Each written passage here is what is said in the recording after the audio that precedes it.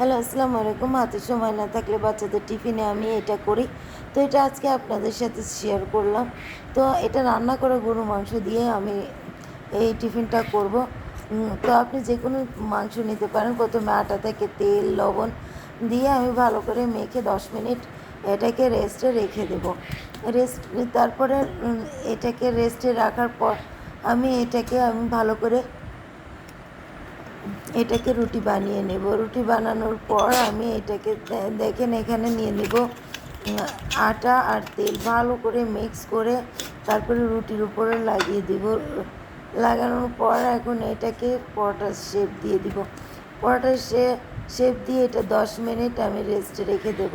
তারপরে এই যে দেখেন আমি রান্না করা গরুর মাংস নিয়েছি।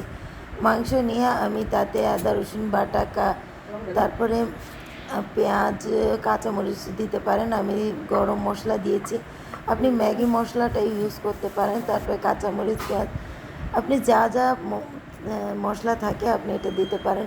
তো আমি এটাকে রুটির উপরে ছড়িয়ে নেব। দেখেন আমি রুটির উপরে ছেড়ে নিয়েছি। তো এটা আবারও আমি এটা পরোটার শেপ দিয়ে দিব, আরেক রকম পরোটার শেপ। তো এখানে ভালো করে এই পরোটাটা আমি এটাকে ছেঁকে নেব। এখন আমি এক পিঠ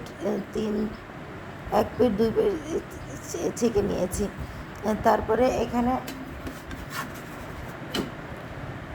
ছেঁকে নিয়ে দেখেন আমি এটা পরোটাটা কতটা লেয়ার হয়েছে। তারপরে এখানে আমি দিয়ে দিব তেল।